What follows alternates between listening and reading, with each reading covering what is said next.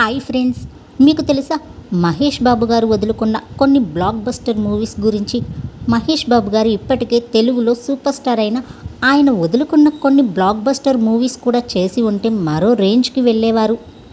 తన కెరీర్లో కొన్ని సూపర్ హిట్ సినిమాలను వదులుకున్నారు. ఏ హీరో అయినా కొన్నిసార్లు స్క్రిప్ట్ని చదవడంలో పొరపాట్లు చేస్తూ ఉంటారు.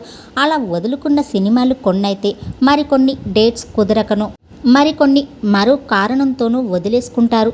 అవి వేరే హీరోల దగ్గరకు వెళ్ళి వాళ్ళను స్టార్లుగా మలుస్తూ ఉంటాయి. మరి సూపర్ స్టార్ వదులుకున్న అలాంటి సినిమాలేవో చూద్దాం.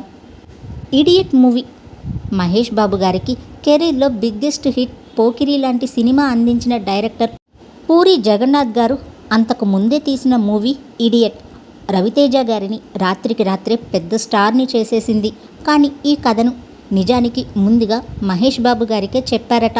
కెరీర్లో సీరియస్ రోల్స్ కోసం చూస్తున్న తాను ఈ మాస్ మూవీ చెయ్యలేనని మహేష్ నిరాకరించారట.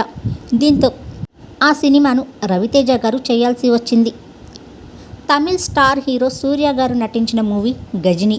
ఇందులో మతిమరుపు పాత్రలో సూర్య గారి నటనకు ఫిదా కాని వాళ్ళు ఎవరూ లేరు.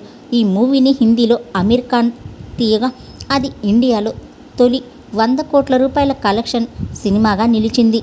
ఇలాంటి పాత్రను మహేష్ బాబు వదులుకున్నారు. ఈ కథను ఆయన నిరాకరించడానికి కారణం ఏంటో తెలియదు. మురుగదాస్ మొదట ఈ మూవీని మహేష్ బాబు గారితోనే తీయాలని భావించారట. ఇక పుష్ప మూవీ గురించి ప్రత్యేకంగా చెప్పాల్సిన పని లేదు.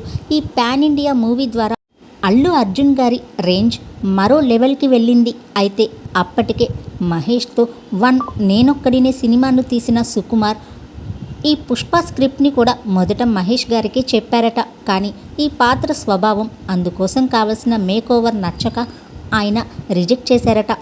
ఇక ఆ తర్వాత యానిమల్ మూవీ గతేడాది వచ్చి పాన్ ఇండియా స్థాయిలో సూపర్ హిట్ మూవీ అయిన యానిమల్.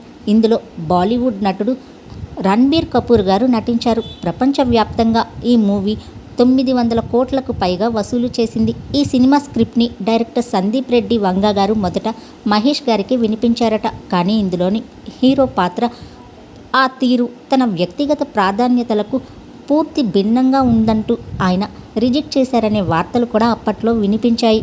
ఇక ఏం మాయ Chesave movie Naga Chaitanya Samantha love story మొదలై పెళ్లి వరకు తీసుకెళ్లిన మూవీ ఏం మాయ చేశావే.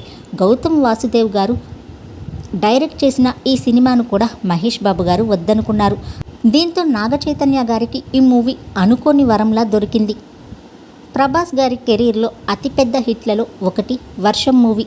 శోభన్ గారు డైరెక్ట్ చేసిన ఈ మూవీ మొదట మహేష్ బాబు దగ్గరికే వెళ్ళిందట.